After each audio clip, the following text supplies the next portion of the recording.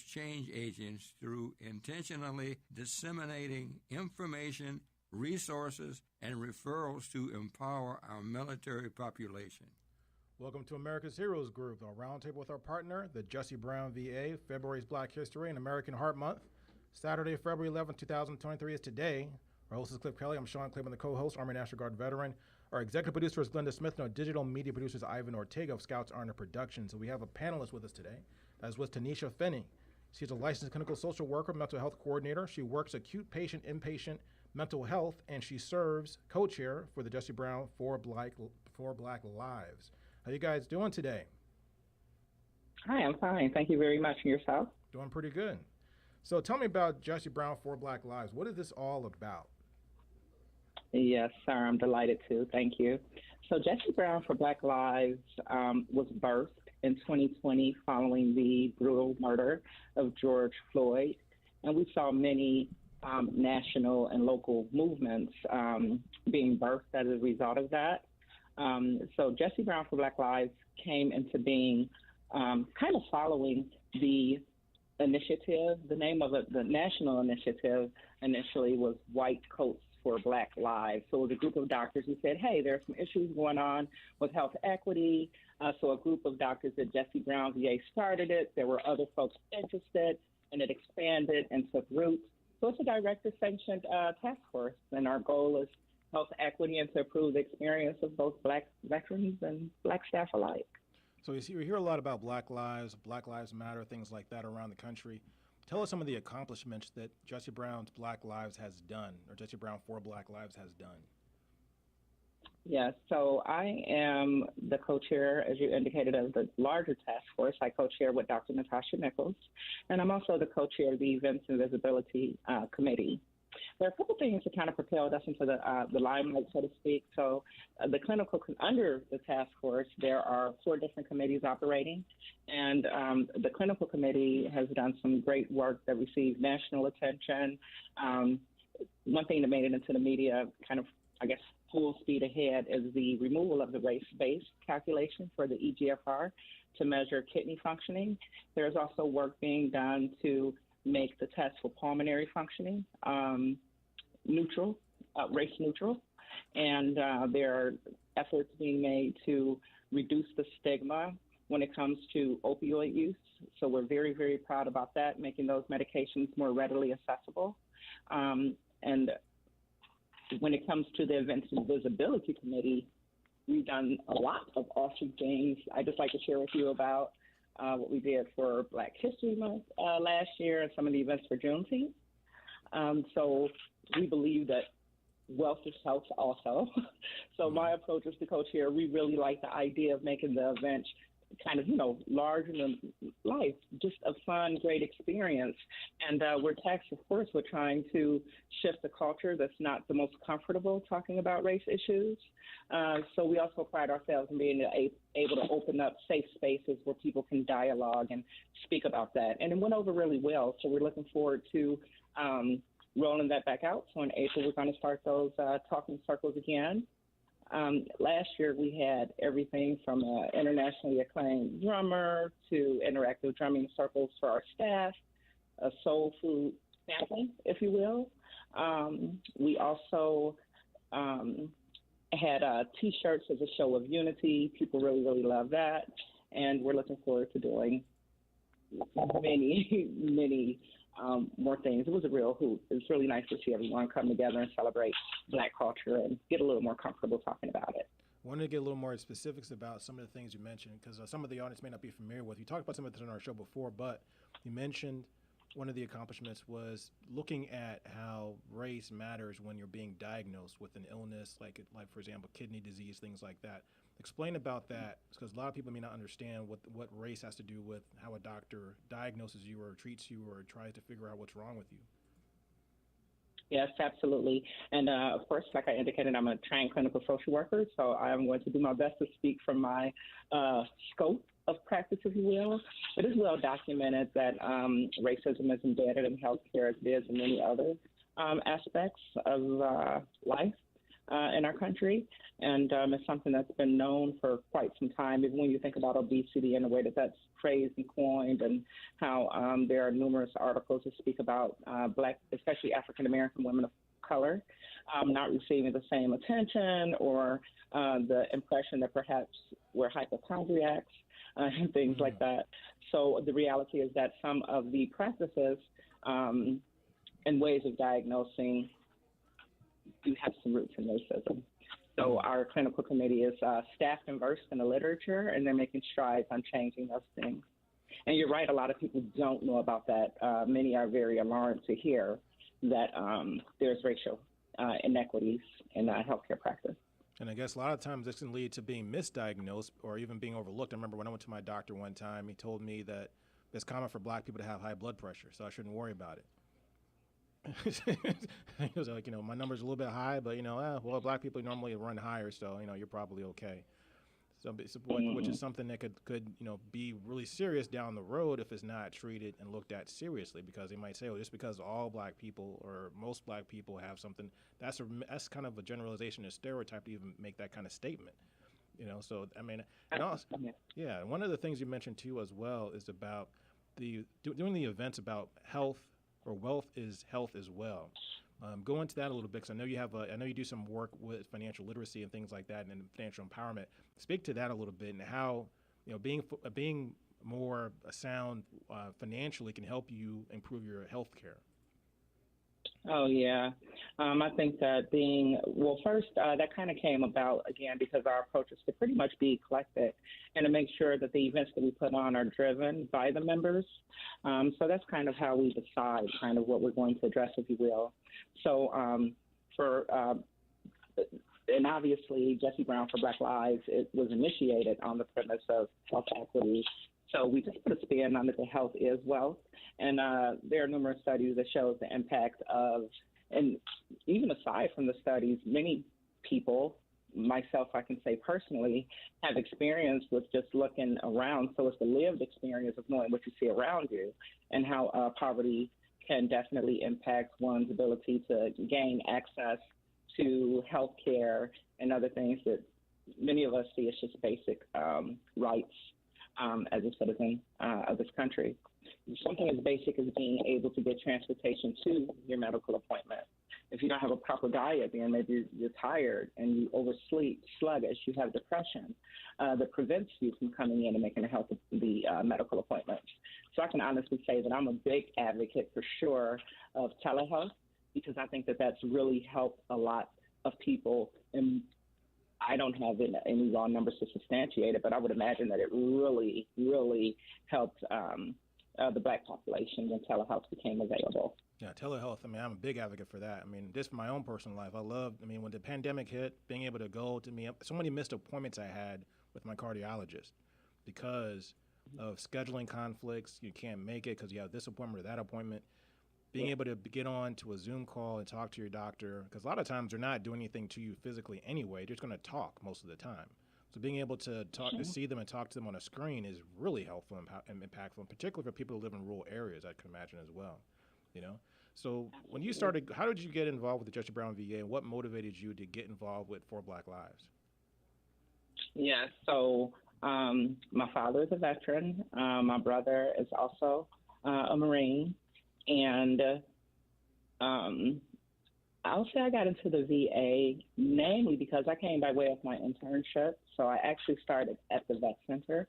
Not sure if you know about Vet Center programming, but they are exclusively tasked with providing psychotherapy to veterans who are impacted by trauma, combat trauma, and sexual trauma. And I was not surprised at all, also from lived experience and seeing trauma is one of those things that is really insidious. Like, it really does creep into so many areas of a person's life. And even when I was younger, my mother, when I was in elementary school, the phone used to ring a lot for me. Wow. And it would be my friends calling all the time with problems. And even if it was someone who wasn't my friend, and they would say, hey, like, they would just kind of tap and say, well, call Tenisha, kind of see what she thinks. I have no idea how that started. So at an early age, my mother used to always introduce me like, this is my baby, Tenisha. She's the counselor of the family. Wow. So I think that I was just kind of born that way. Even when I was at the vet center, like I really do have a knack and interest sincerely and genuinely for making people smile and providing a great experience. So even for holidays and stuff, I'm not really a big gift giver. The gift is going to be an experience because people never forget like a good experience that makes them feel well. So that was my approach as a clinician. It still is to do things that are kind of eclectic. Not so monotone or vanilla, so to speak. So I think Jesse Brown for Black Lives presented an awesome opportunity for me personally because racial trauma, and especially broad-scale racial trauma and other things, it would give an opportunity to not just kind of sit in the corner, mute, and not do anything about it, but to be active, bring my clinical skills as well as I'm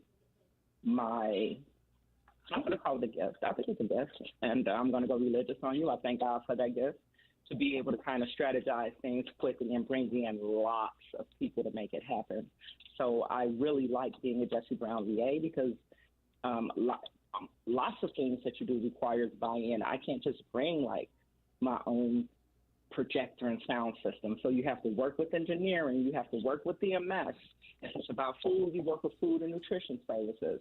You work with public affairs. Like everything that you do has like a lot of hands in it. So I really appreciate being able to kind of, work with such a dynamic team that strategizes that. And more importantly, to give everyone else the opportunity to highlight their strengths and build and grow. So I love just providing a playground where people can develop and have a good time. That's a super worthy cause. So you mentioned a couple of things, and I think a lot of people don't think about this because you mentioned that racial trauma. And then in the military, we all are familiar with PTSD, which is post-traumatic stress syndrome. So trauma, and it seemed always still was interesting how the military has kind of brought trauma to the forefront across the conversation of American culture, because we didn't really talk about trauma in the Black community, or even trauma in any low to moderate income community where you see the stresses of what low economics brings to a community. Because when you see gun violence, when you see some of the serious things that happen to people, that is traumatic. And how do you separate that between what happened? Well, let me ask you this. How does it overlap when you talk about someone who suffers from military sexual trauma, because you have experience in doing that, a person who has PTSD versus a person who has racial trauma? What are the overlaps? And explain to us first what trauma really means, because a lot of people don't think really understand what that definition truly is. I think you're right. I think it's one of those terms that are now loosely used, just like at one point someone has a little bit of an attitudinal disposition. Oh, they have bipolar, right? Like very loosely used.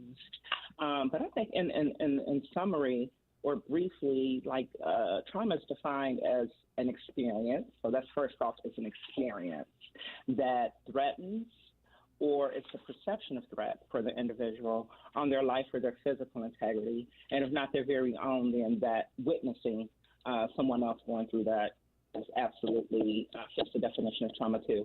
So it's the threat of as well as the perception of. Because if someone is going to bring great harm to me, and they're like this close from doing that thing to me, and maybe they were just playing, but it doesn't matter if they were just playing. In my mind, my physical integrity and my life was on the line, so the impact is going to be the same. In terms of the overlap, because definitely sometimes our society, probably more often than not, really gets into a deal of kind of comparing traumas. Oh, well, that person can't be doing as bad as this person, right? Because they went through X, Y, and Z, and they just went through A and B. It's really, the way that trauma plays out is really going to be contingent on all of the factors that the person brought to the table, right, over their entire life experience prior to the traumatic event happening. But regardless of the source of trauma, the similarities you'll see is that it's going to impact a couple key areas, with the biggest being safety, trust, power, control, intimacy, and self-esteem. So generally those are areas that you will see impacted regardless of the trauma. And it's not just like, my self-esteem about myself, also the esteem in which I will be able to hold another person. Not just concerned about my own safety, but the safety of others as well. Wow. So it's a me and other type of dynamic, and both of those things would, get addressed in the therapeutic traumatic intervention. That's the best definition I've heard so far about trauma. That was clear and really kind of makes it more resonate with me now, because I can understand, I can relate it now when somebody has PTSD and why they behave the way they behave. The fact that you mentioned their esteem for themselves and other people has been affected or diminished in some capacity. The fact that it's an event, not an experience, not an event. In my mind, it was more like an event, like you rode over an IED and then boom, something happened and it affected you biochemistry-wise, or something happened to you, an event did happen. But it's really more about the experience and how you interpret that experience, and particularly when it comes to your safety and your well-being. That is something that I think a lot of people don't really realize. And now you can see how trauma can just be isolated to the military, but also carries over to being a sexual trauma or racial trauma, things like that, things that happen every day in everyday life. This particularly if it's ongoing. Absolutely. You're absolutely right. That's another key factor, right? Because in the Black community, lots of people have trauma before the military, during the military, after the military. You're right. So when you start talking about the cumulative impact of trauma is really, really sad. Now, not everyone who goes through trauma, of course, develops PTSD, which kind of brings me to my point of why you really can't compare like two people and their experience.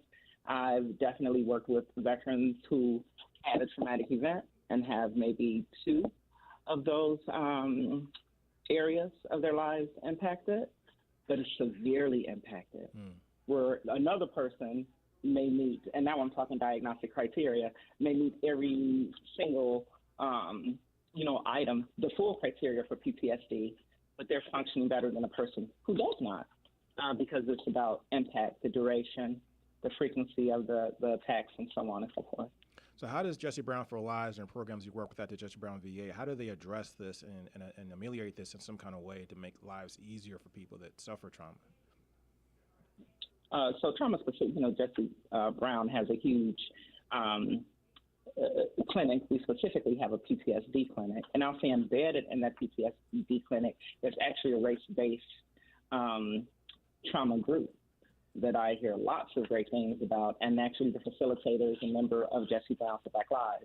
And when it comes in general to understanding the Black experience, which again, Jesse Brown for Black Lives is very excited about and enthused about, it's really something healing, cathartic, and therapeutic, we hope, when we see people stepping up and being bold and saying, hey, like, this is the Black community, these are our thoughts, these are our contributions, let's celebrate ourselves.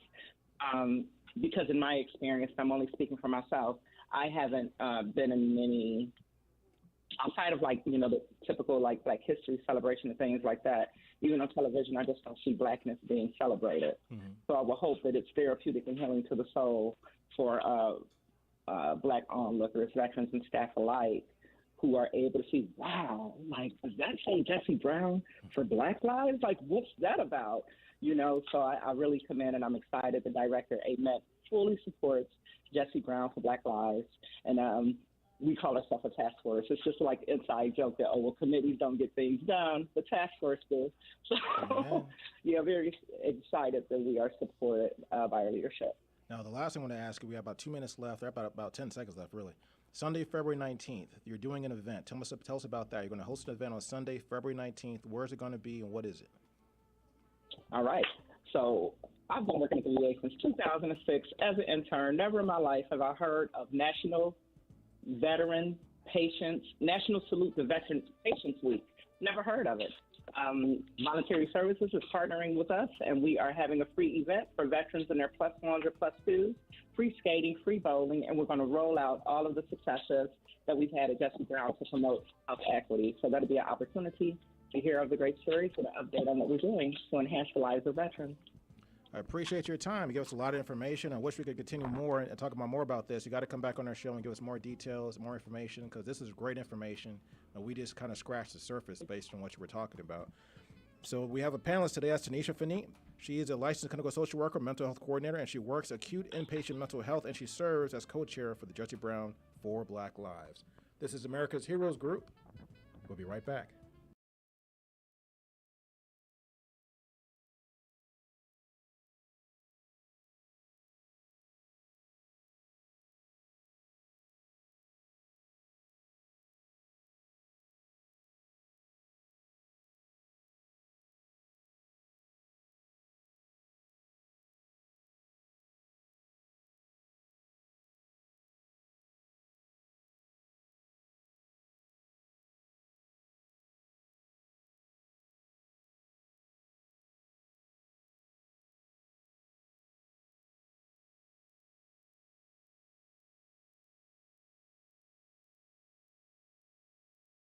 Hi, this is Cliff Kelley, Vietnam veteran, co-founder, and host of America's Heroes Group. We have helped hundreds and thousands of veterans find the resources they needed to move on past trauma, find the services they need to heal, find training, jobs, and housing. That's our mission. To support this mission so that we can continue our work and have even more veteran stories of overcoming and success, we need your help. Right now, please consider making a donation to America's Heroes Group. Dig deep and give what you can to support this mission and help those veterans in need. You can donate through Chase Bank Zelle app by adding America's Heroes Group as a recipient with our phone number 312-804-5831.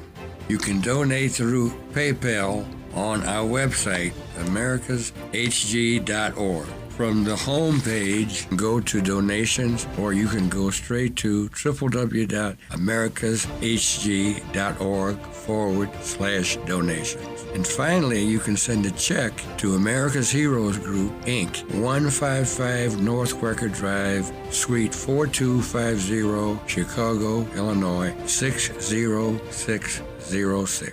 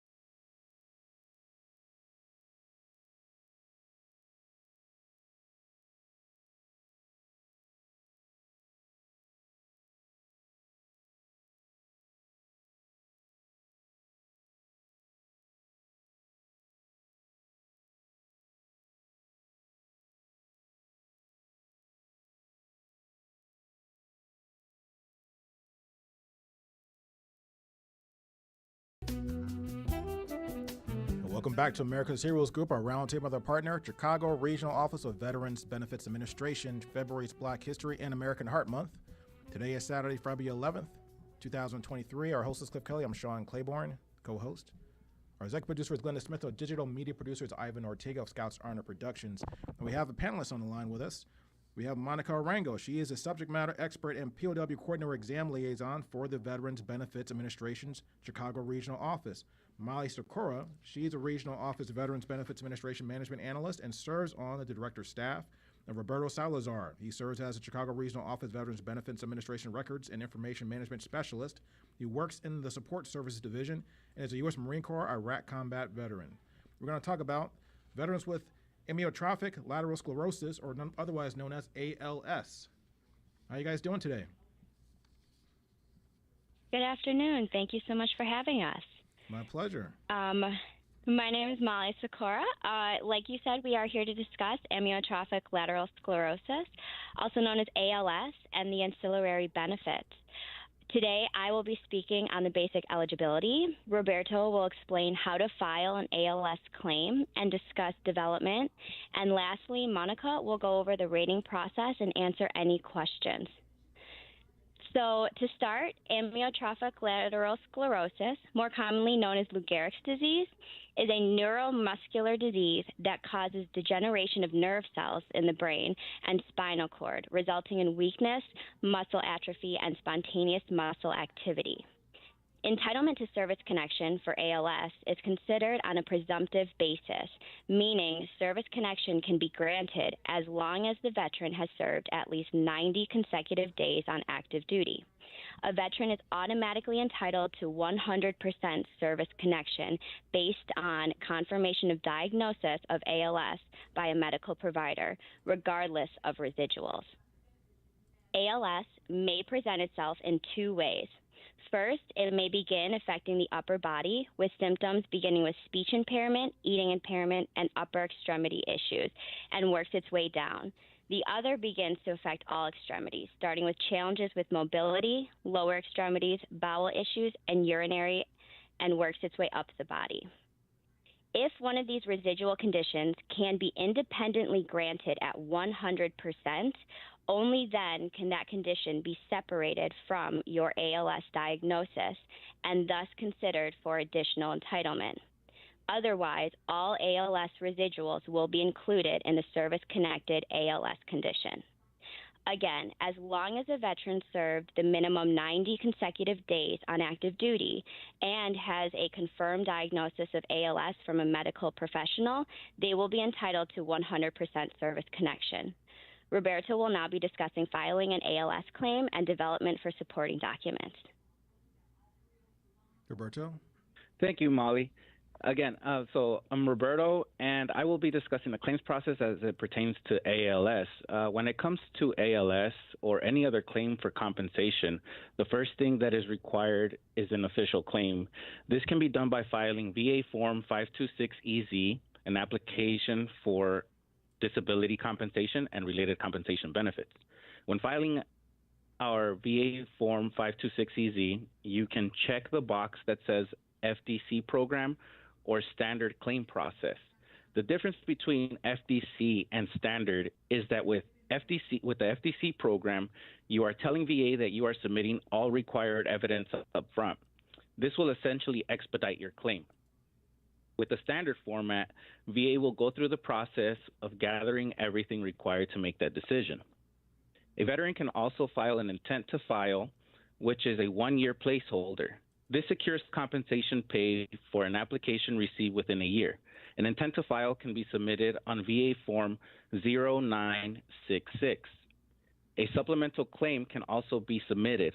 A supplemental claim can be used to reopen a claim or for reconsideration of a previously denied claim.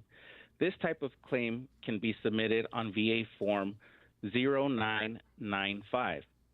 Regardless of how the claim is filed, an ALS claim will be expedited. The evidence that VA will need is, first of all, a DD-214 showing at least 90 days of continuous active duty service, and they will also need evidence of a current diagnosis. You can submit this from your private physician, VA physician. It just needs to be evidence of a current diagnosis. And the veteran can also submit evidence by a medical provider. A veteran can also submit the claim, and then we can go ahead and request that examination for the veteran. Going from there, let's talk about e-benefits, because this is a very important part of what VA has done to help veterans expedite their claims in a way electronically. E-benefits is a portal which you can reach by going to www.va.gov, and under the disability title, click File a Claim for Compensation and follow the prompts. Once we have all of that evidence, the DD-214 and showing the 90 days continuous active duty service and the evidence of a current diagnosis, that's really all we need to expedite the ALS claim. From here, I will pass it on to Monica, and she will go ahead and talk about the rating process. Thank you, Roberto, and good afternoon. My name is Monica Arango, and I will be discussing the rating process for ALS claims. As Roberto mentioned, the process that is expedited through the FDC process, the fully developed claim, once we receive a claim that already has an examination, we can address the residual disabilities based on the evidence of record at the time that the claim is received. If at the time that the claim is received, the examination has not been requested, then that examination would need to be requested before we can make a decision. The only time that an examination is not required in order to make a decision is typically on an initial ALS claim when there is a confirmed diagnosis received with the initial claim. Once the claim is reviewed, we look at where we currently stand with the current evaluation for ALS. So, as previously noted, the evaluation for ALS is 100%, regardless of what the symptoms are associated with ALS. So, if the symptoms have not developed to the point where they can independently be separated on their own, then they are all associated with the ALS and granted at one single 100%. Once an evaluation reaches 100% independently, they can be broken away from the residuals altogether, and all the residuals can be addressed individually. The only time that we can do this is if we have one condition that can stand alone on its own at 100%. Some examples of that are aphonia, loss of use of bilateral lower extremities, loss of use of bilateral upper extremities, and respiratory failure with the required use of an oxygen tank. So those are just some examples of what 100% independently looks like, but there are other entitlements that can be received in the sense of compensation above the 100%, such as housebound. Housebound is an entitlement that can be given when there is one individual disability at 100%, and then an additional disability at least 60% disabling. And that 60% can be a combined 60%. So once we are able to open the doors to grant a separate 100%, that already gives us entitlement to housebound. Typically, when we are able to grant a separate 100%, that means that the entitlement for care is typically higher than that at the housebound level. Sometimes aid in attendance can display itself with the evidence of record. Aid in attendance is the entitlement that is provided when a veteran cannot take care of their activities of daily living. This can be things such as getting dressed, being able to button your buttons or zipper your zipper, or even being able to independently care for your activities of daily living. So if you need assistance, then that could qualify you for aid in attendance. Now, once the disabilities then progress, they could possibly reach a level where there could be higher levels of aid in attendance. And those codes are typically R1, so it's aid in attendance at the L level, which is basic, aid in attendance at higher level, which is R1, and then there's aid in attendance at the highest level, which is R2. So when we receive a claim for increase, we are looking for entitlement and eligibility for all of these additional entitlements. So you don't necessarily have to claim it, but if you claim it, we are absolutely going to consider all those additional entitlements. So tell me. Once we review the, go ahead. Did you have a question? No, go ahead. I was just going to say, once we review the claim and we determine the examination information and we, make the decision, then we go ahead and process a rating decision, and then that rating decision gets processed and then it goes out. And I was just going to say that in about 2 weeks from the time that we make the decision, the veteran typically gets that rating decision. No, Molly Sakura, I had a question because you mentioned earlier that it's not for 90 days of active duty service. Is that correct? In order to be qualified to file a claim, is one of the qualifications, or? Actually, that is correct. I'll go ahead and pick up the questions since I'm going to be kind of picking up all of the questions. If there's something specific, I will hand it off to Molly for that.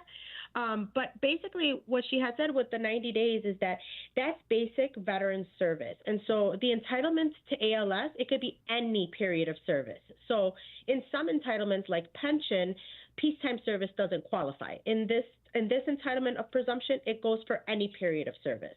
So the only thing that we need to do in order to have a veteran qualify is that they have to have a confirmation of veteran service and then a confirmed diagnosis. So, for example, a person could be in the National Guard and maybe they serve 2 weeks during the summertime, 1 week during the month, or one weekend during the month. Those days could add up to 90 days of service? It depends, but typically when we're talking about 90 days, we're talking about a continuous service, and it's based off of on a DD-214.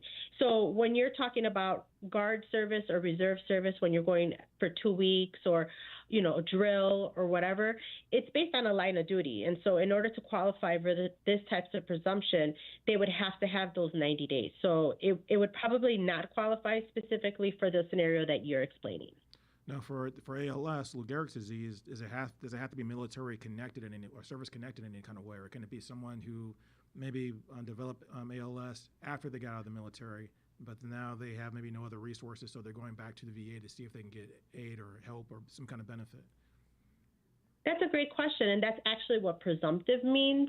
That means that regardless of the service, regardless of what you were exposed to, regardless of it could have had nothing to do with service. We're saying that if you were in active duty and served for at least 90 days and you developed ALS at some point in your life, then we are going to provide compensation for you.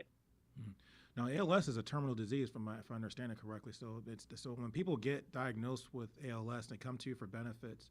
What are some of the things that the VA can provide as far as benefits goes to make that path, an unfortunate path, better for that person? You talked about some things that, home and aid and attendance at home, things like that. But what are some of the specific things that make a person's life better as a veteran that they can look forward to or get from the VA? Because I know VA has a lot of different benefits that are specific that people can take advantage of, like counseling, things like that. What are some of the other things they might be able to take advantage of? Yeah, that's a great question. So when we consider aid and attendance, like I said, that's the special multi-compensation component of it. We're also looking at the overall evaluation. So the evaluation overall is 100%. So with that, we're going to get Chapter 35 and DEA benefits.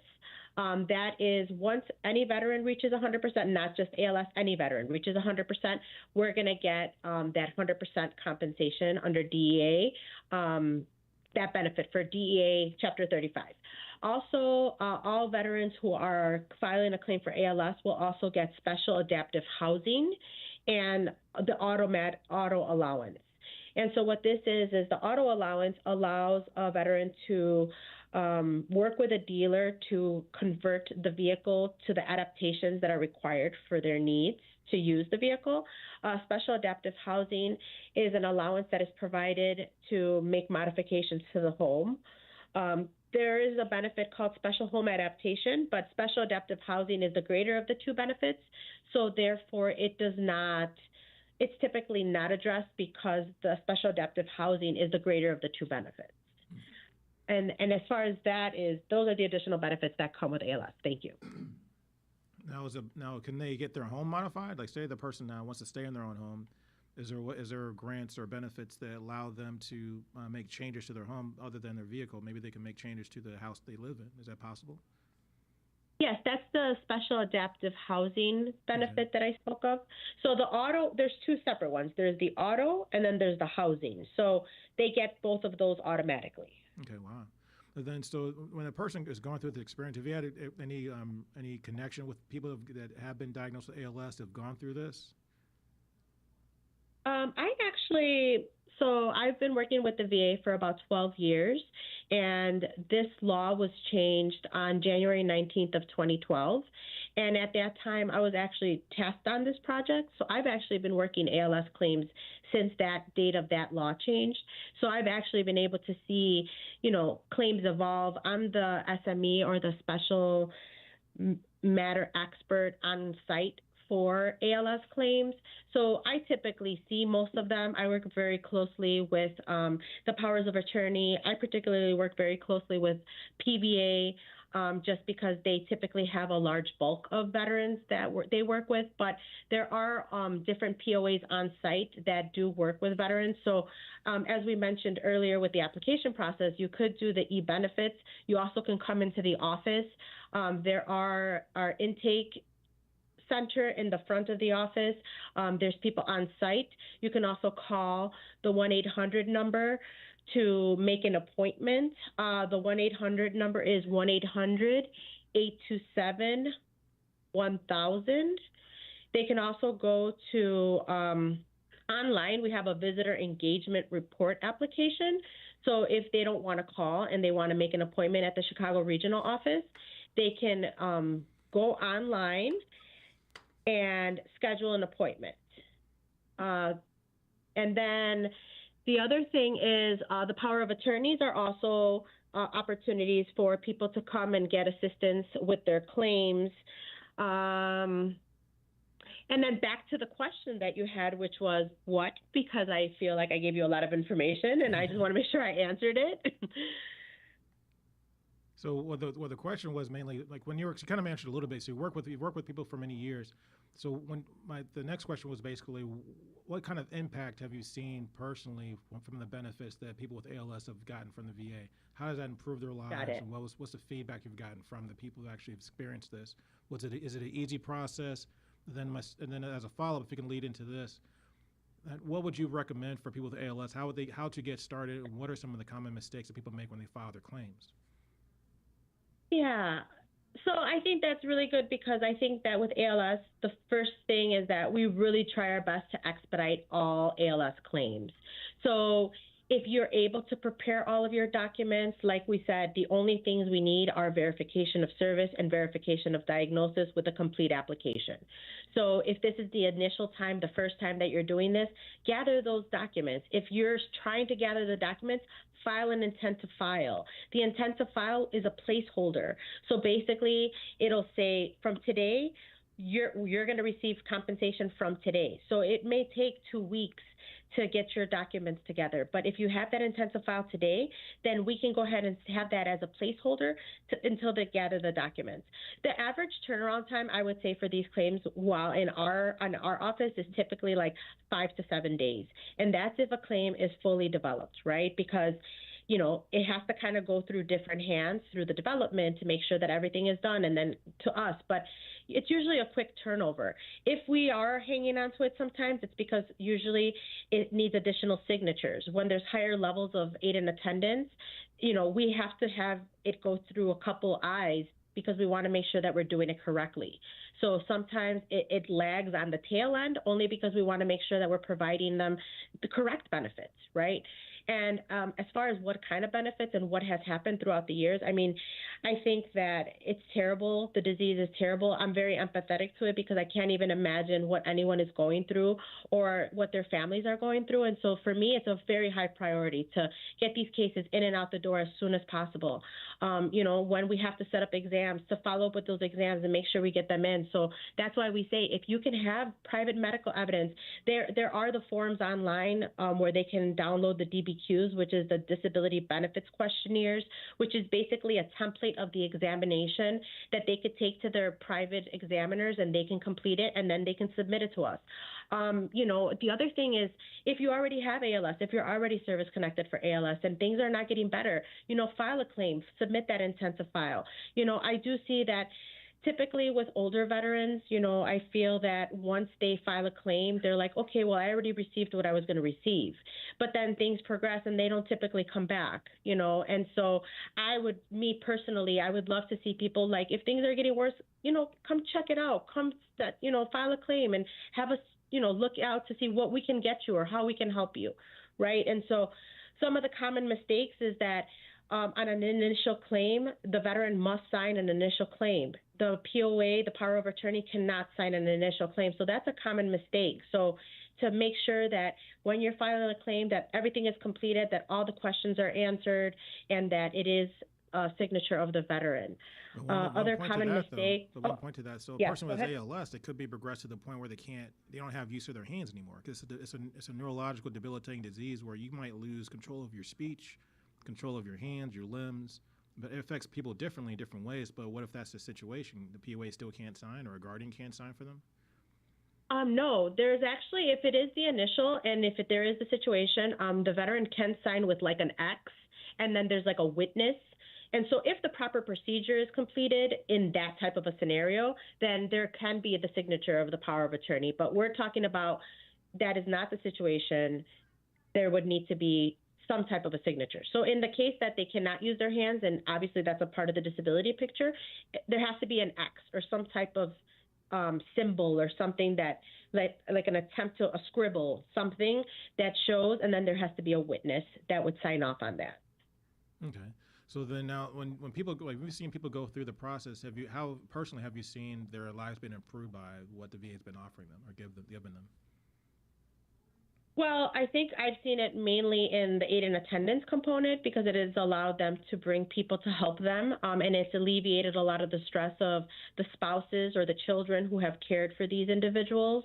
So definitely as far as the aid and attendance benefit to help with the servicing of it, also, providing the service for the auto adaptive, and adapting the home. Adapting anything is expensive in general. So I think that absolutely has allowed them to, make modifications to their life that's going to make their life better. And that, just to mention for the auto, it is a one-time lifetime benefit. So it's a one-time change. Okay. I just wanted to mention that. All right. Now, when people collect, they're rated disabled, because that's 100% rating right off the bat if you have ALS. Did I get that right? Yes. Okay, so when that happens, can they still collect Social Security disability? Yes. Okay. So when we're talking about benefits, when we're talking about Social Security and VA, we're looking at unemployability. So if unemployability is involved, that's when Social Security benefits and income and that is affected. Because a lot of people have the misconception that you can only get one or the other, but most military situations, military veterans benefits situation, if you're rated disabled from the VA, you can still get Social Security benefits. People need to understand that. Correct. That is correct. Yeah. So now tell me, what made you get involved with this type of work? How did you personally get drawn into being the type of person to hear these types of stories day in and day out and help people in this kind of way? Because ALS is a very, very debilitating and kind of the people that even are around them taking care of someone with ALS. It's very difficult to watch a person that you care about, love, lose their ability to speak, lose their ability to use their limbs, and then people that aren't familiar with ALS might meet a person with ALS and not understand what they're going through. Sometimes people confuse people with ALS with someone who has a mental disability. When in reality, that person is fully functional, fully intelligent, might have a master's degree, could be a doctor or a lawyer themselves, but they just can't talk or use their body the way that they would when they were healthy. So how do you get the gumption and how do you get the desire and the bravery to go out and just tackle this for years in and years out? The irony of how life takes us down journeys and paths, right? So I was actually voluntold. You got 2 minutes, by the way, so we got running out of time. No problem. Minute, really. But I was voluntold into the scenario and I learned it and then I got engaged into what it was all about. And then I just felt like this was my calling, that I needed to help these people and I needed to do my very best every day to expedite these claims. And that's what I've been doing for 12 years. And I'm so happy to be here. I'm glad you're doing it. And thank you. It's hard. People don't realize it's hard. This is a disease that and I don't know how it comes about. Wish we had more time to talk about maybe that part of it, or if we had medical experts to go into that detail. Those small details, but it's something that seems like it can strike anybody, and it's so comforting because when I read about it in older documents from the military that ALS had to be service connected, but now you're saying that it does not have to be service connected. It's a presumptive disease or the presumptive condition that anybody can get help and aid for, and if you have it, and even if you're getting benefits right now, the important thing we got out of this conversation was making sure that you every so often go back and see if you're eligible for more benefits because maybe you didn't get them the first time around. Thanks you guys for your time. That's right. Thank you. Monica, thank you. Thank you. Thank Monica you. Arango, Molly Sakura, Robert Salazar. These guys are with the Chicago Regional Office of Veterans Benefits Administration. Thanks for your time, and we'll see you sometime in the future. This is America's Heroes Group. We'll be right back.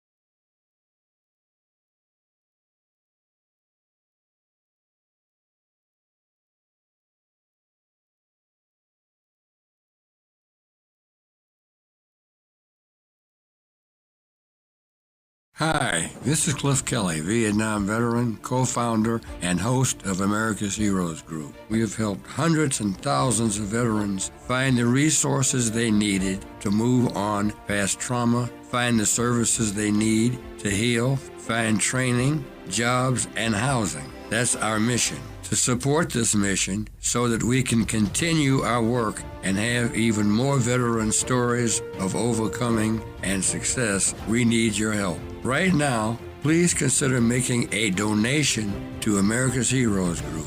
Dig deep and give what you can to support this mission and help those veterans in need. You can donate through Chase Bank's Zelle app by adding America's Heroes Group as a recipient with our phone number 312-804-5831. You can donate through PayPal on our website, americashg.org. From the home page, go to donations, or you can go straight to www.americashg.org/donations. And finally, you can send a check to America's Heroes Group, Inc., 155 North Quaker Drive, Suite 4250, Chicago, Illinois, 60606.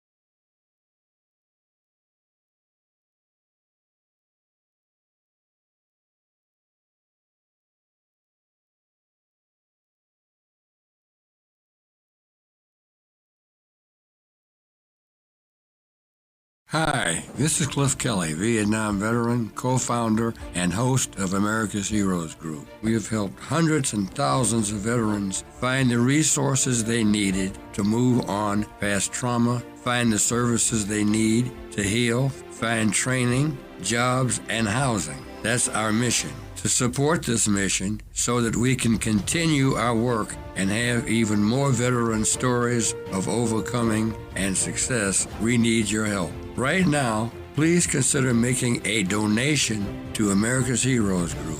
Dig deep and give what you can to support this mission and help those veterans in need. You can donate through Chase Bank's Zelle app by adding America's Heroes Group as a recipient with our phone number 312-804-5831. You can donate through PayPal on our website, americashg.org. From the home page, go to donations, or you can go straight to www.americashg.org/donations. And finally, you can send a check to America's Heroes Group, Inc., 155 North Quaker Drive, Suite 4250, Chicago, Illinois, 60606.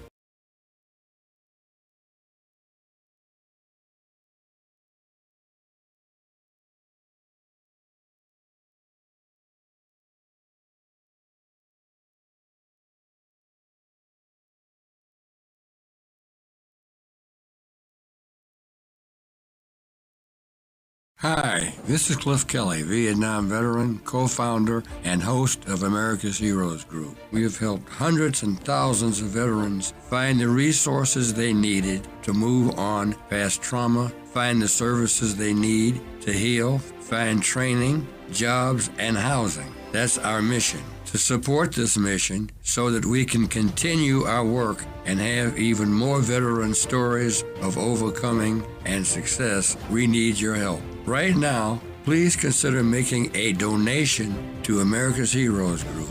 Dig deep and give what you can to support this mission and help those veterans in need. You can donate through Chase Bank's Zelle app by adding America's Heroes Group as a recipient with our phone number 312-804-5831. You can donate through PayPal on our website, americashg.org. From the home page, go to donations, or you can go straight to www.americashg.org/donations. And finally, you can send a check to America's Heroes Group, Inc., 155 North Wecker Drive, Suite 4250, Chicago, Illinois, 60606.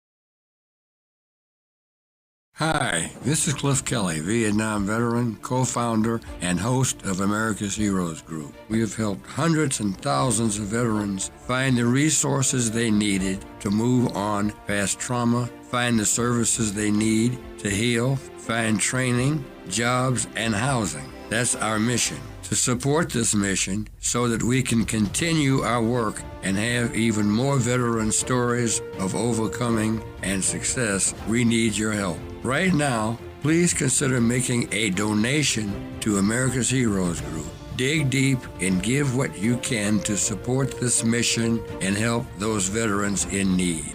You can donate through Chase Bank's Zelle app by adding America's Heroes Group as a recipient with our phone number 312-804-5831. You can donate through PayPal on our website, americashg.org. From the home page, go to donations, or you can go straight to www.americashg.org/donations. And finally, you can send a check to America's Heroes Group, Inc., 155 North Wecker Drive, Suite 4250, Chicago, Illinois, 60606.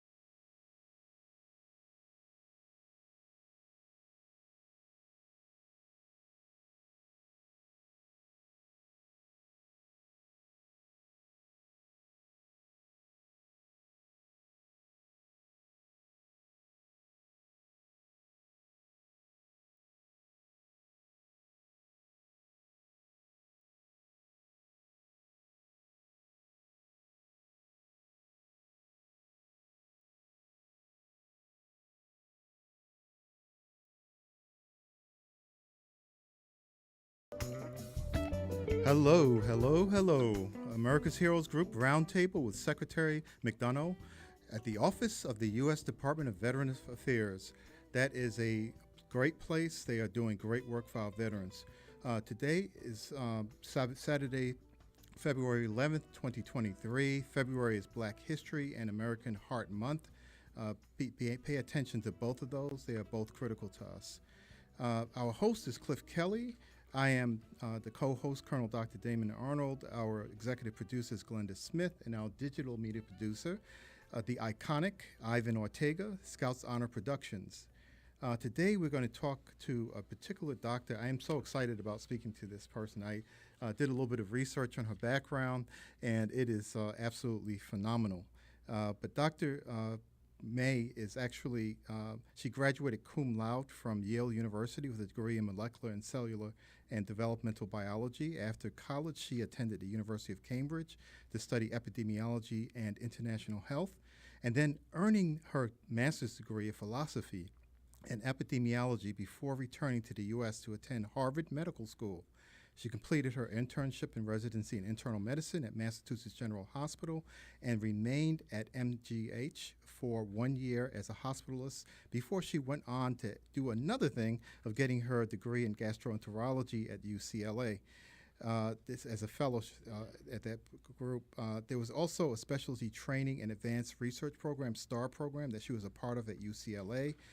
She currently is just, I'm trying to figure out which job she does from one day to the next, but director of the Melvin and Bren Simon Gastroenterology Quality Improvements Program, associate professor of medicine at the VACH and Tamar Manukian Division of Digestive Diseases, and associate director, UCLA Kaiser Permanente Center for Health Equity in the UCLA Johnson Comprehensive Cancer Center.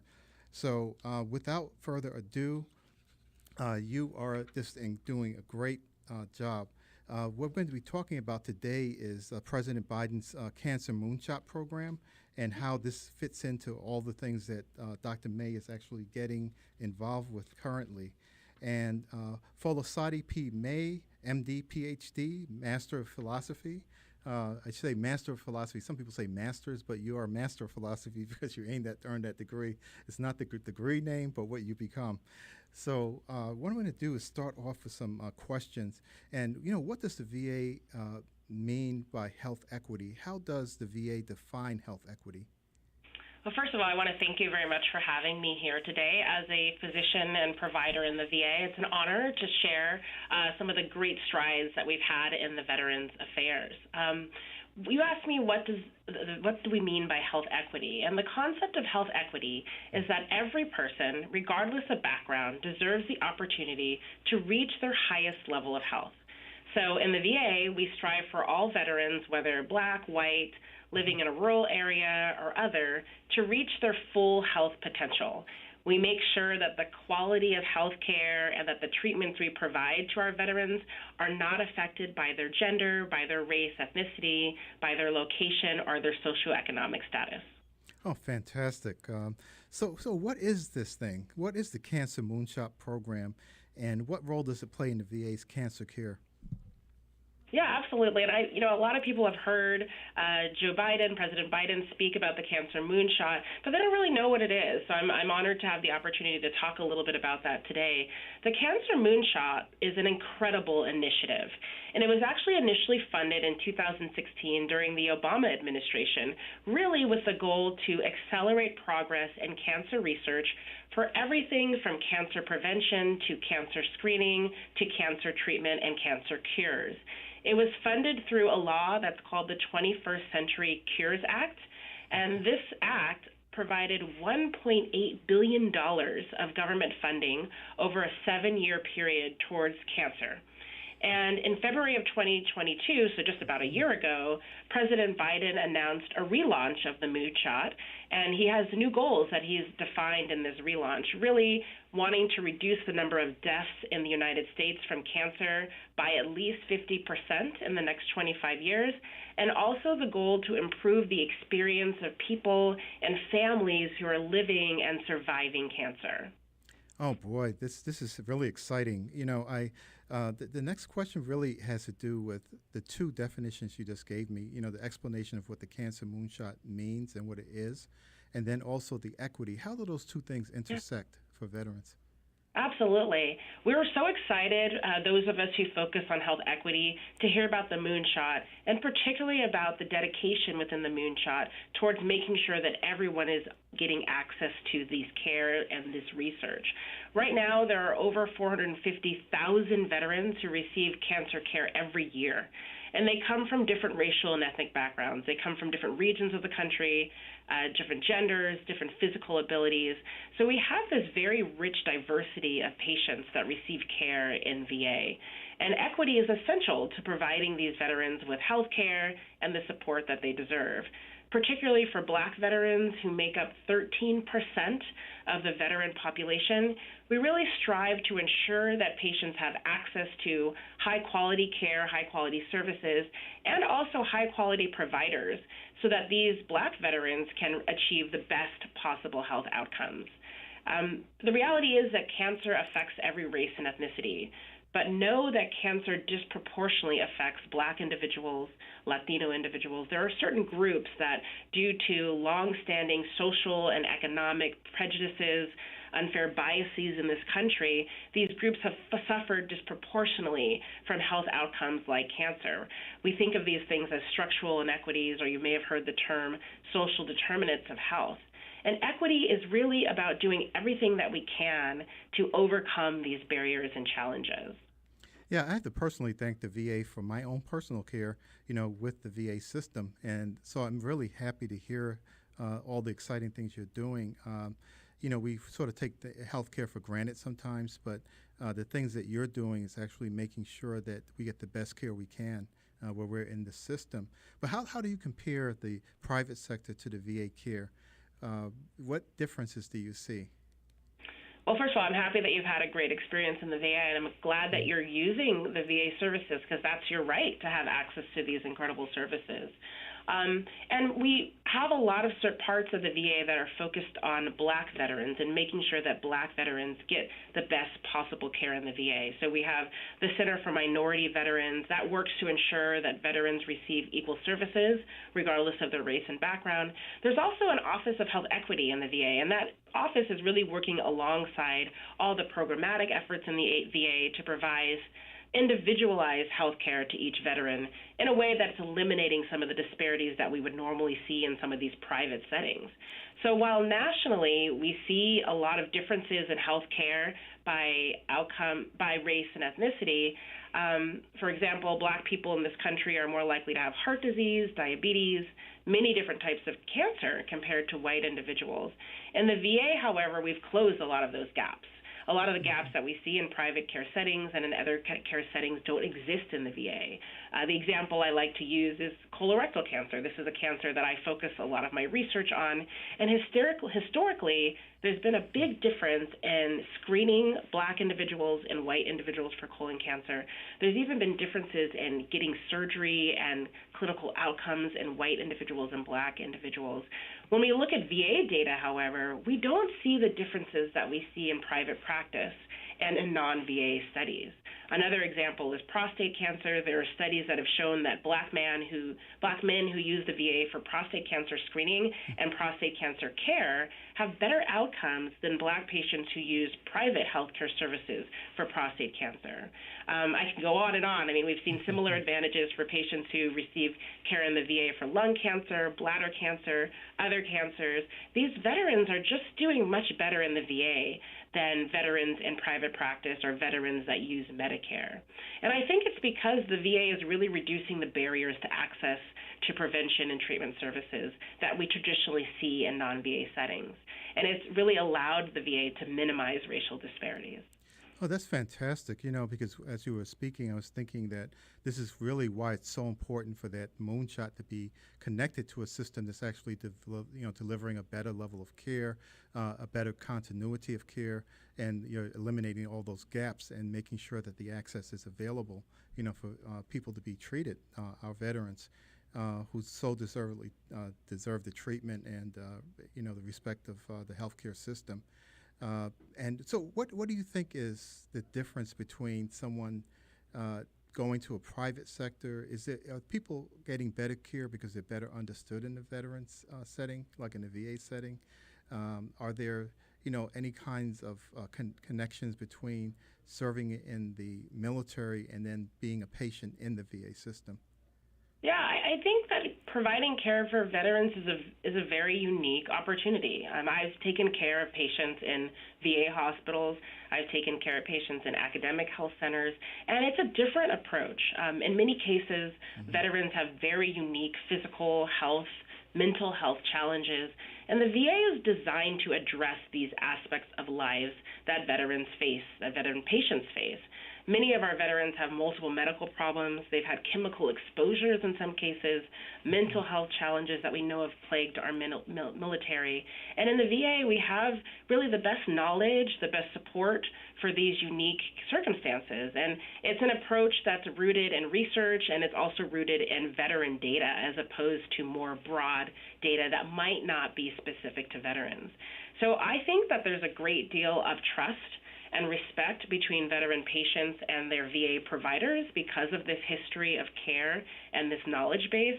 And I think it's why we see some of the differences comparing VA care to non-VA care. Yes, and I think veterans sometimes confuse, disabilities evaluations with veteran care. That these are really two different and distinct tracks. And the veteran care, there's a lot of care that goes on that's not really disability connected. It's the overall general care that veterans receive as well. And one particular thing, the colorectal cancer affects Black veterans disproportionately. And what steps is the VA doing to reduce the death of and the risk of colorectal cancer itself in veterans? I'm so excited to talk about colorectal cancer. As I mentioned earlier, it's an area I focus on in my research. A lot of people don't realize that colorectal cancer is the number 2 cancer killer in the United States. And among Black individuals, we are 20% more likely to get colorectal cancer. We're 40% more likely to die from colorectal cancer than white Americans. So the VA recognizes this, and they've done many things to try to champion the importance of screening for colorectal cancer because we know that screening can save lives. One of the more unique and exciting things that the VA is doing most recently is that we're bringing colorectal cancer screening into the homes of veterans through what we call the Mailed FIT program. FIT is a test. It's a screening test for colorectal cancer, and the beauty of this test is that it can be performed once a year in the comfort of one's home. So we send you the test, or you can get it from a clinic, and it allows you to very safely collect a small sample of stool. That sample is sent to a lab, and it actually looks for signs of colorectal cancer. And we now have a way to deliver these life-saving tests to a veteran's doorstep. The VA is at a pilot stage of this program development right now, and we're mailing out these FIT kits to veterans who are due for colorectal cancer screening at selected VA facilities all around the country. So I think programs like these are really an extraordinary national effort in colorectal cancer screening, and they'll help veterans of color, and I think they'll help veterans even more broadly in many ways, because they'll increase access to colorectal cancer screening, which we know has been a challenge in this country for Black, Latino, American Indian, and Alaska Native individuals. And it will also allow us to catch colorectal cancer at earlier stages when there's a higher likelihood of survival and cure. Yeah, I'm a physician myself, and I see people passing away unnecessarily from, colorectal cancer, from heart disease, many things, but particularly colorectal cancer is really absolutely one of those things that you just have a pit in your stomach when you hear about people passing away from something that was, detectable and treatable in an earlier stage. So what would you say and tell a veteran who's hesitant about getting, screened for cancer or getting the cancer care at the VA? Yeah. I get this question a lot because the reality is that people can get their health care anywhere. And I like to remind veterans that we have so much research and data to support and show that the VA offers veterans the best-in-class care. The VA performs at a very high level, and care in the VA is a right that all veterans are entitled to and that we really hope that they use, having access to the best data, the best providers, the best treatments. The VA goes above and beyond to make sure that its patients have access to all the things. And we really lead the country in so many areas, including cancer care and cancer screening, as you mentioned. The providers in the VA are aware of the unique challenges that veterans face, and that makes it also easier for people who are hesitant about where to receive care to come home to a place where we understand those unique challenges. Yeah, and I've heard some things, it was one of the things that I saw some stats about the moonshot in the first 4 years, and the National Cancer Institute sort of released these. It's over 2,000 publications, 49 clinical trials, over 30 patient, patent filings, and also 70 programs, over 250 research projects. I mean, this is really a program that is really, when we say moonshot, we always think about Kennedy, and landing on the moon and that kind of thing. This is actually landing here on Earth and putting the money of our taxpayers and the people who are actually supporting the VA system to actual practical use. And one of the things, as you were mentioning about why should you get screened if you're a veteran, it's because you should be caring about your family too. You have care about your spouse, your children, and you want to be around for them. So getting an early diagnosis, going to an expert like Dr. May and her colleagues in the profession can actually stop you from prematurely dying. And you don't want to get to the point where you are at that intersection where you don't have an alternative, you can't turn around. So what do you see as the future of health equity and cancer care at the VA? Is there something that you wish the medical community would better understand about care at the VA? And how does that sort of shape how you're sort of progressing into the future? Where do you want to go with this, and what do you think is the best outcome? I mean, I hope that everyone knows, and especially after our conversation today, that the VA is a real leader nationally in health equity. And I know that the VA will remain a leader in this area. We know that, as I mentioned, that 13% of veterans are Black individuals. And we know that the VA has a large proportion of Latino, Native American, Alaska Native individuals as well. We recognize that we have this rich, diverse population and that we want to provide equitable care for everyone. So I'm really excited about the future of health equity in the VA and how it will inform the rest of the nation on how to best provide equitable care. I'm excited about the work that we'll be doing through the Moonshot and through other efforts to close the remaining disparities and gaps that we see nationally. I think other health systems will learn from the VA how to close those gaps. And I really hope that as we move forward, the VA will continue to provide the best possible care for our Americans who really have dedicated their lives to our freedom and safety. Oh, that's fantastic. And I was looking at some of the different sort of facets or projects or programs within the Moonshot, and there was one accelerating colorectal cancer screening and follow-up through implementation science. There's more acronyms than I can shake a stick at, but you have immuno-oncology transitional network. There's so many things that are exciting, mapping tumors and gene mapping and finding out more about what this means for the individual. I was speaking to Ivan Ortega, who is one of our great comrades here, who's actually helping with the structure of the show. But he said he had goosebumps when he started thinking about some of the things that you've done so far with the Moonshot and how you've actually changed the lives of people. And you're creating miracles, basically, in people's lives. And then, things like addressing drug resistance and collecting and sharing cancer data and monographs of cellular cancer structures and histology, which I know you really love because of your background. Absolutely. It's so exciting, and there's never been anything like this in the world of supporting cancer research. It's a wonderful time to be in this area of science. Yes. So what kind of parting messages would you have? We have about a minute to go. But I want you to just give, what's your final message to our veterans who are out there and their families? Because there's the families, too. We're under TRICARE, so we do have members of the family that will fall under that umbrella of getting care. So what's your message to them?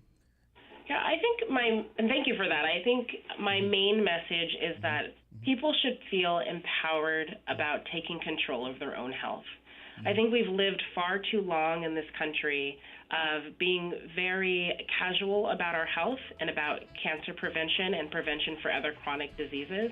And I think now is the time to realize that we have the technology, we have the tools, we have the cures, the research, In situations like cancer, we have the screening test that can prevent you from getting cancer, prevent you from dying from cancer.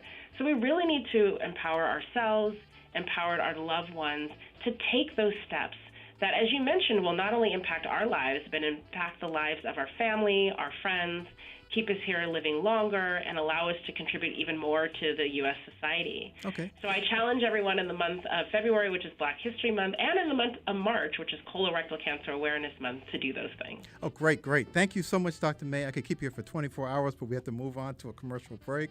But I want everyone to stay with us. Stay with us. We have another program. We're going to have you back on, and we're going to have to give you more time. But thank you so much, Dr. May.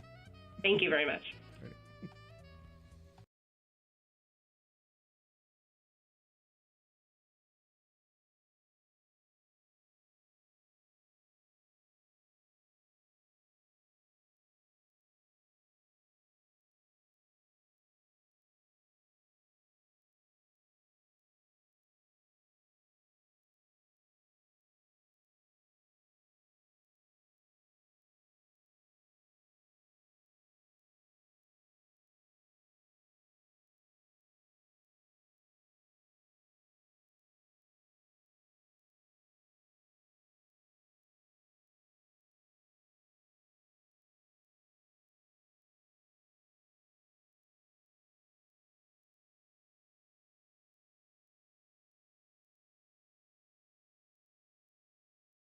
Hi, this is Cliff Kelley, Vietnam veteran, co-founder, and host of America's Heroes Group. We have helped hundreds and thousands of veterans find the resources they needed to move on past trauma, find the services they need to heal, find training, jobs, and housing. That's our mission. To support this mission so that we can continue our work and have even more veteran stories of overcoming and success, we need your help. Right now, please consider making a donation to America's Heroes Group. Dig deep and give what you can to support this mission and help those veterans in need.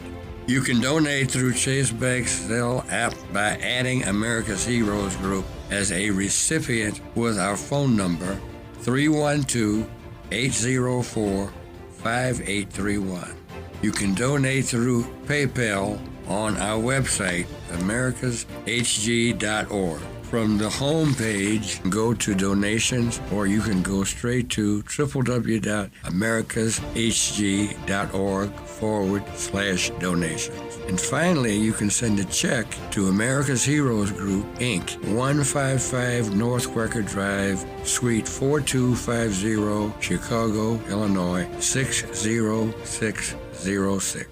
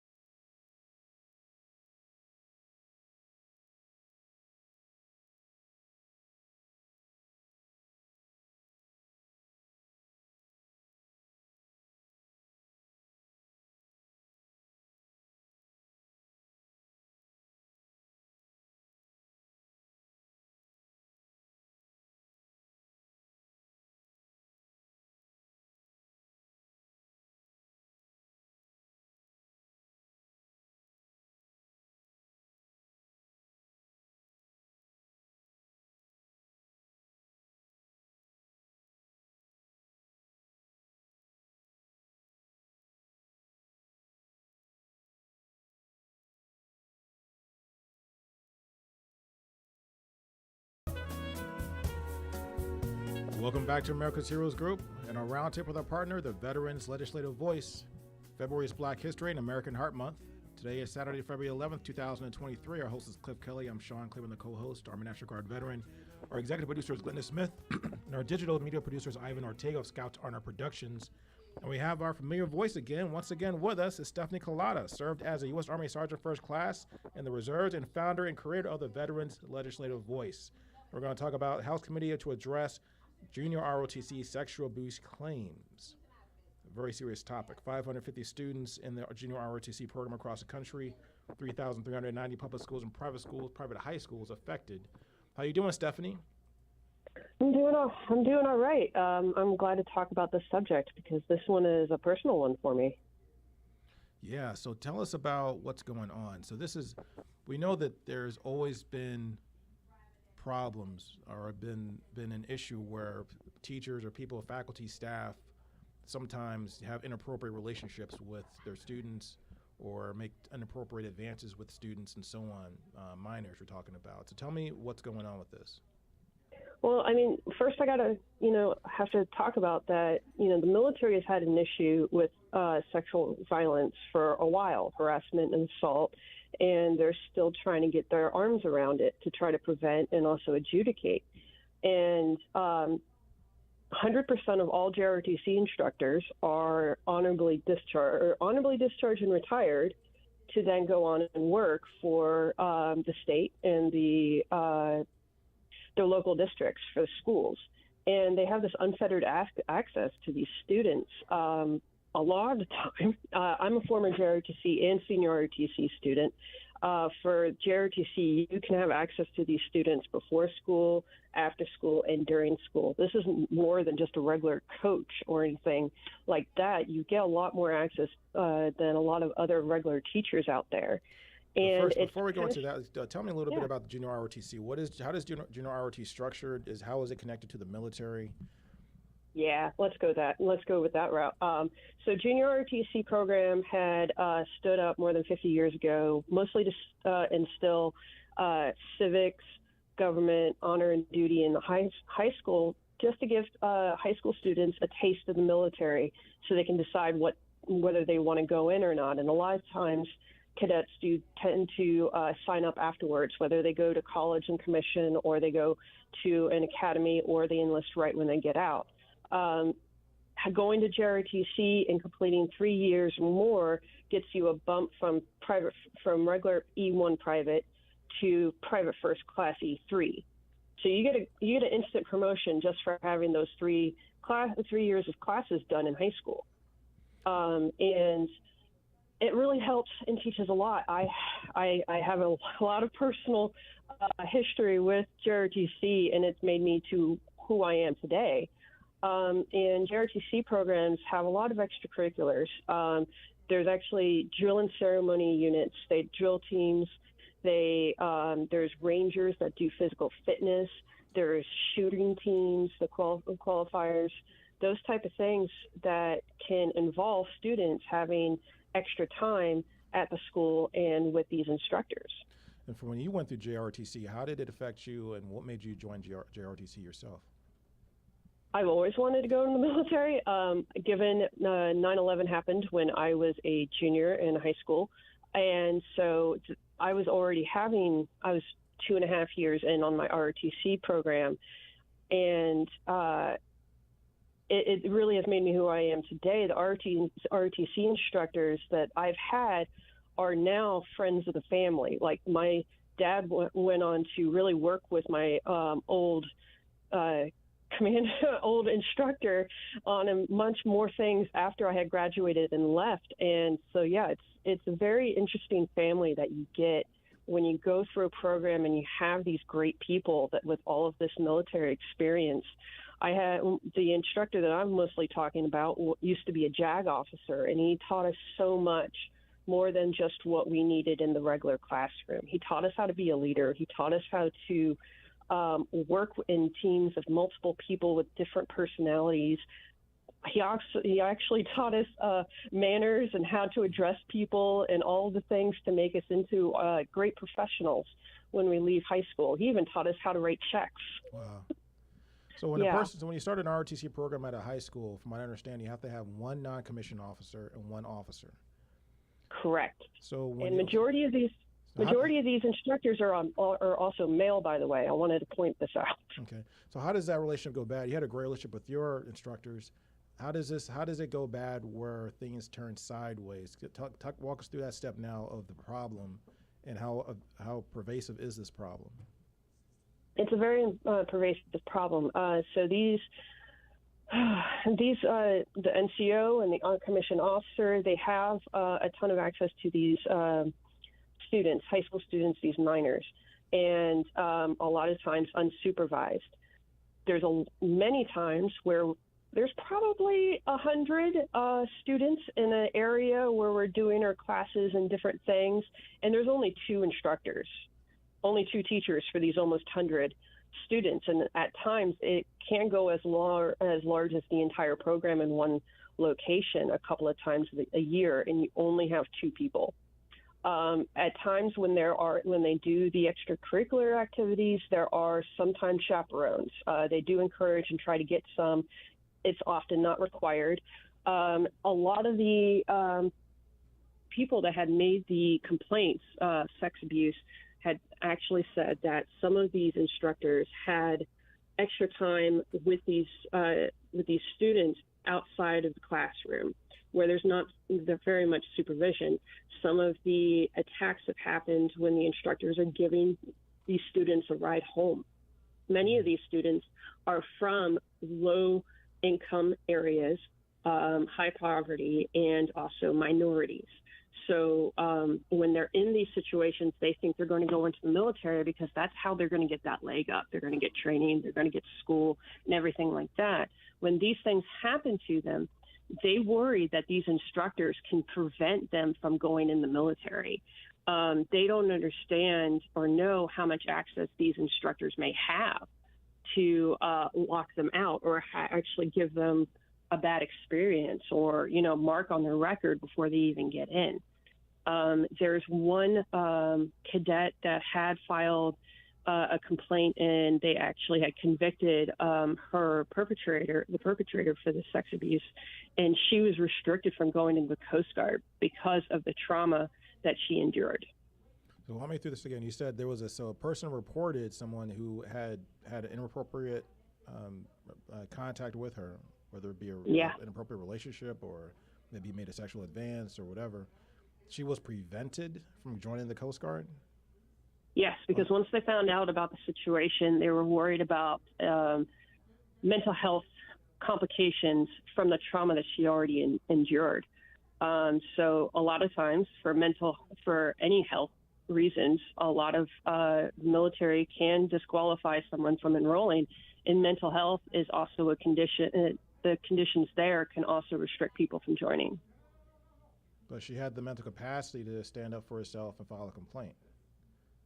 Yeah, and still got denied, despite the fact she spoke out and did the right thing on all of that. So her situation is actually what many people in her situation think is going to happen to them. So you would, they don't say anything. You would punish someone who actually had the courage and bravery to step forward and say, no, this is not right. I don't care who you are. I'm standing up to power, and I'm going to protect myself. What I hope any soldier, sailor, airman, Marine would do. She gets prevented from serving the country but I guess you would prefer someone to cower and be fearful and be worried and be molested potentially. Actually, there was one case that one instructor had told his victim that she needs to be sexually conditioned to these actions against her because that's going to happen when she goes in the military. I read one of the reports and mentioned she was instructed that she was blindfolded and forced to kneel by the instructor's bedside while he pointed a gun to her head. Yeah, it's really disgusting. Anybody that's interested on reading about this, New York Times has made multiple articles out on this, so you can Google it.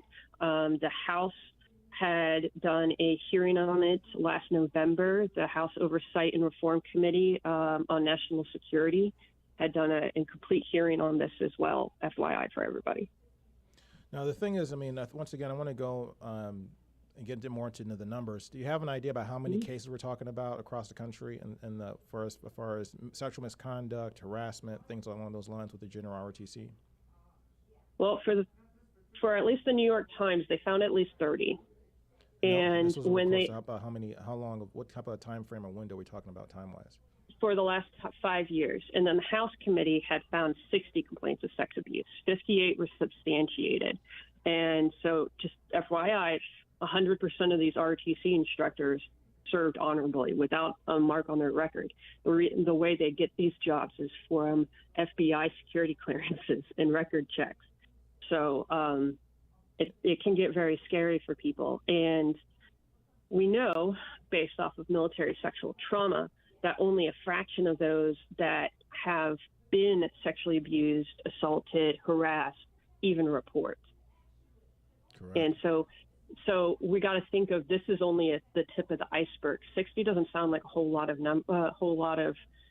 numbers, but there's 3,000 ROTC programs across the country. I believe there's more than that too, but out of all of those, there's only two instructors each.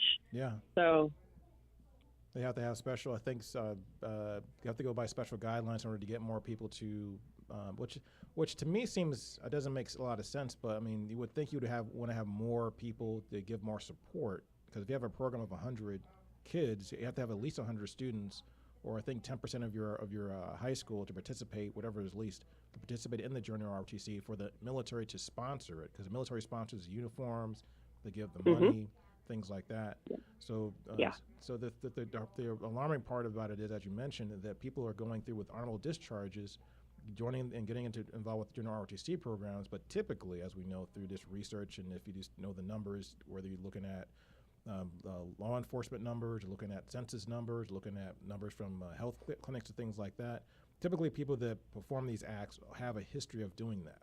They don't just one day turn into a person who's going to be a sexual predator. They usually have a pattern of behavior that supersedes that way beyond the time they got caught. Yes, and Representative Jackie Spear had made a huge point on this on the hearing that happened last November. For those that don't know, she's been a champion for military sexual trauma, but she retired, and the last congressional session was her last, but that she was able to come into that hearing and speak about this because she's been doing it over in the Armed Services Committee on trying to get this pervasiveness to end. At least for the New York Times, they said with at least 33 instructors charged with teacher-student sexual crimes in the last 5 years. That means that there's one recorded arrest for every 232 instructor positions. And that's a high percentage. That's very, very high. Yes, and so they New York Times also did another one, and I'm trying to read it just right. I can't get that. But the thing is that there's no national tracking system for educator abuse. Only the state of Pennsylvania actually tracks this. So I know we're getting close on time, but I do want to encourage people of what can you do now. One of the biggest things that you guys can do is contact your state and local governments and get your elected officials. We just did all of the elections. You guys should know who these people are. If not, Google it. Find my elected officials, state, local, city, what have you, and also with the school boards, and push for a state tracking of these sex abuse between the educators and the students, because this is actually a pretty bad problem, and I've been seeing this on the civilian side as well, and it's pretty scary. And then for the federal side, try to push for this to be federalized underneath, especially Department of Education, because teachers who might escape a sex abuse allegation and go to another state to get the licensing, they might actually be able to get the licensing done and teach before they get caught again. Wow. Now, this is a personal topic for you, because you mentioned before in our show that you were a victim of sexual violence as well. So tell me more about that and how you see this. What is your lens when you read these types of stories and look at these different numbers? It really worries me because, when I went through my trauma was before the military really started harping on the Congress and government and outside sources have been harping on the military to do this, because this was prior to 2013-14 when all the congressional hearings were happening. So when these things happened to me, I didn't know what the hell to do and who to talk to. And as for myself and many other victims that I know or survivors I know, our perpetrators were high-ranking people, well-connected people. And we've mentioned before, JROTC instructors are usually E6, E7 and above. E6, they get a waiver for that. And then for commissioned officers, they're captains and above. So they've been in the system. They should have a clean 20-year record, but a lot of these people are able to retire honorably despite the fact that they may have allegations against them because of the good old boy system that we've had. So what do you think is going to happen at this point? What do you think the military is going to start to really look into this? Because once again, we know that in school systems there's always a problem with teachers, vendors, people that work in staff, even students abusing other students. I was doing research in this story. I was appalled to understand that a lot of people a lot of children, we're talking about children, students, particularly high school students, who have been sexually assaulted or even to the point of rape, having to go back to class and sit in the same class with the person that raped them.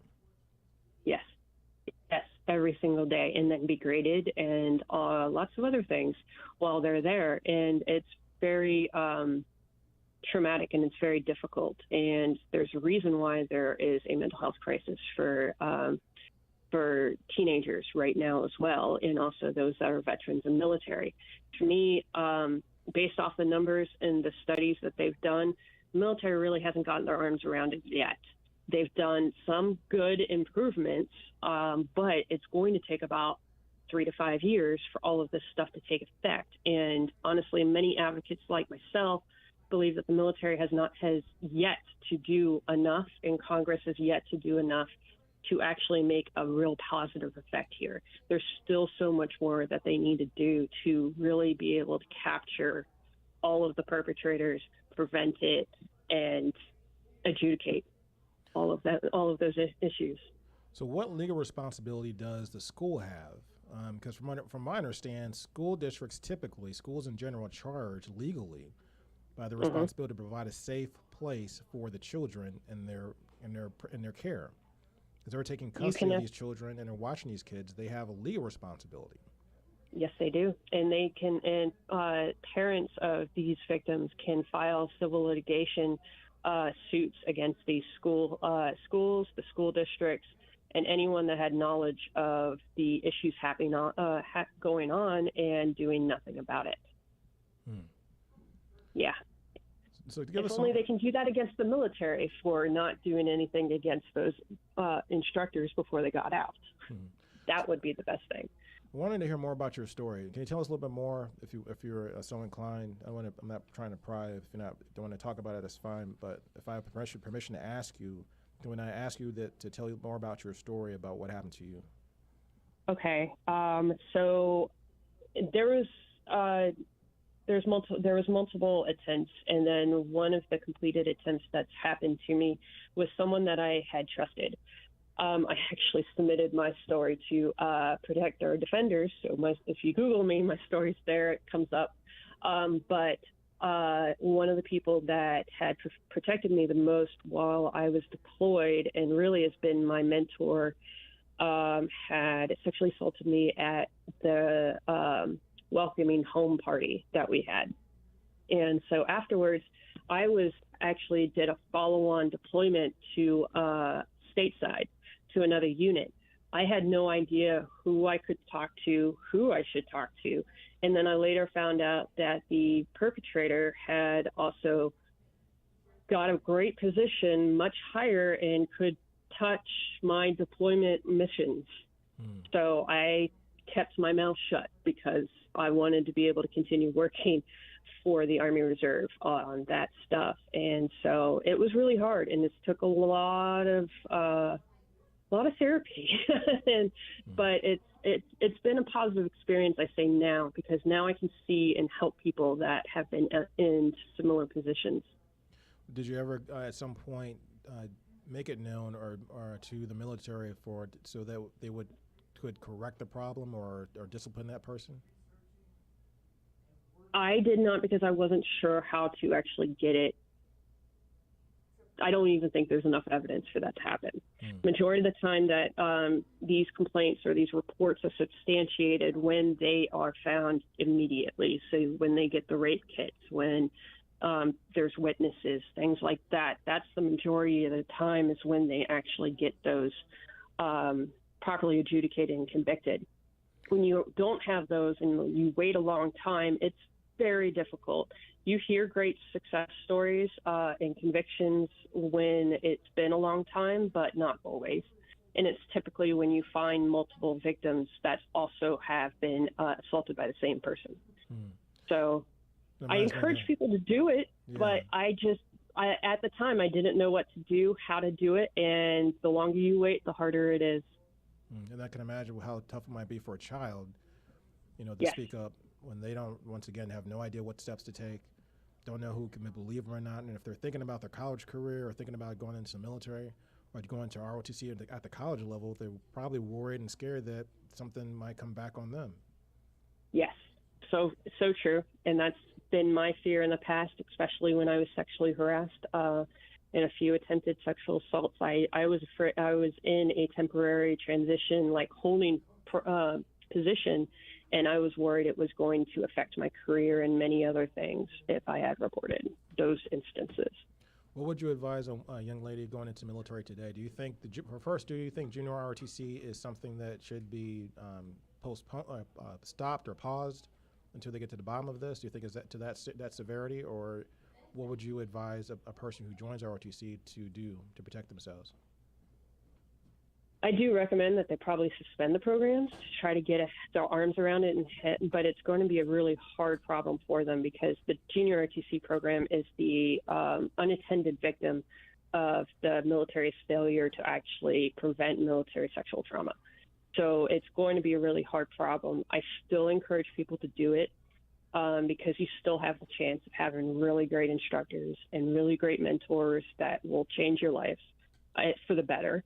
And there's great opportunities that come from it. But I do encourage people to speak out when it happens. A lot more people are now understanding what sexual harassment is because it was also so pervasive and people get so conditioned on what, and now it's not harassment, it's, those kind of things. And now more people are more knowledgeable about that.